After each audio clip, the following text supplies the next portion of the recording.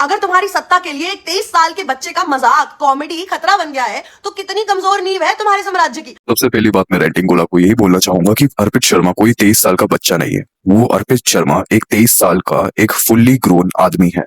उसे इस चीज का पूरी तरीके से पता है कि वो क्या बोल रहा है, क्या स्टेटमेंट्स है और वो स्टेटमेंट्स कैसे हमारे नेशन के काम आ सकते हैं या हमारे नेशन के खिलाफ होंगे।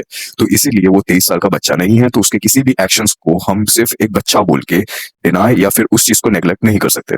तुम्हारे खिलाफ पार्लियामेंट में आवाज उठा लो तो सस्पेंड कर देते हो सदस्यता, तुम्हारे खिलाफ सोशल मीडिया पे आवाज उठा लो तो सस्पेंड कर देते हो अकाउंट। तो लोकतंत्र में क्वेश्चनिंग और डिबेट को खत्म करके यहाँ पे भाजी पाव भजन सम्मेलन शुरू कर लेते हैं। क्वेश्चनिंग और डिबेट की याद भी इन्हें तब आई जब रेंटिंग गोला का अकाउंट सस्पेंड हुआ और अर्पित शर्मा के ऊपर केस हुआ।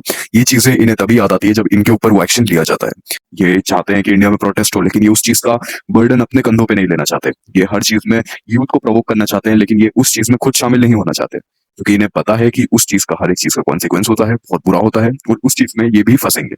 इन्हें वही चीज सपोर्ट करनी है जो कांग्रेस करती है, इन्हें वही चीज सपोर्ट करनी है जो कांग्रेस करेगी, चाहे वो गलत हो सही हो। लेकिन हर वो चीज जो रूलिंग गवर्नमेंट करेगी उसे इन लोगों को अपोज करना है, ये इन्होंने सोच लिया।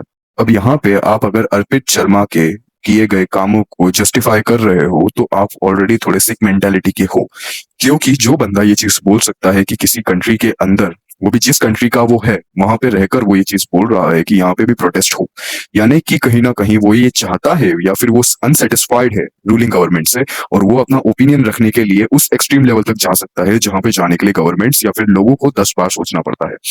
रेंटिंग गोला और अर्पित शर्मा ने ये चीज साफ साफ कैमरा पे बोली है कि वो लोग चाहते हैं कि, और वो प्रोवोक भी कर रहे हैं कि इंडिया में भी ऐसा हो, नेपाल जैसी सिचुएशंस इंडिया में भी हो, जो कि सबसे बड़ी सोचने वाली बात है, कंसर्निंग पॉइंट है कि यहाँ पे अगर इंडिया में लोग ऐसा सोच सकते हैं, यानी कि उनकी सोच में कहीं ना कहीं ये चीज है कि इंडिया के अंदर सेम चीज हो, लोग प्रोटेस्ट करें, लोगों को और भी ज्यादा बुरा हो, क्योंकि ये चीज पॉसिबल नहीं है कि कोई भी प्रोटेस्ट पीसफुल हो। तो यानी इन लोगों का डायरेक्ट मोटिव यही है कि यूथ को प्रोवोक किया जाए, और जब इन पे कोई एक्शन लिया जाए तो ये ऑन कैमरा आके सिर्फ रोने का काम करते हैं। इसके अलावा इनके पास कोई भी चीज करने को है नहीं।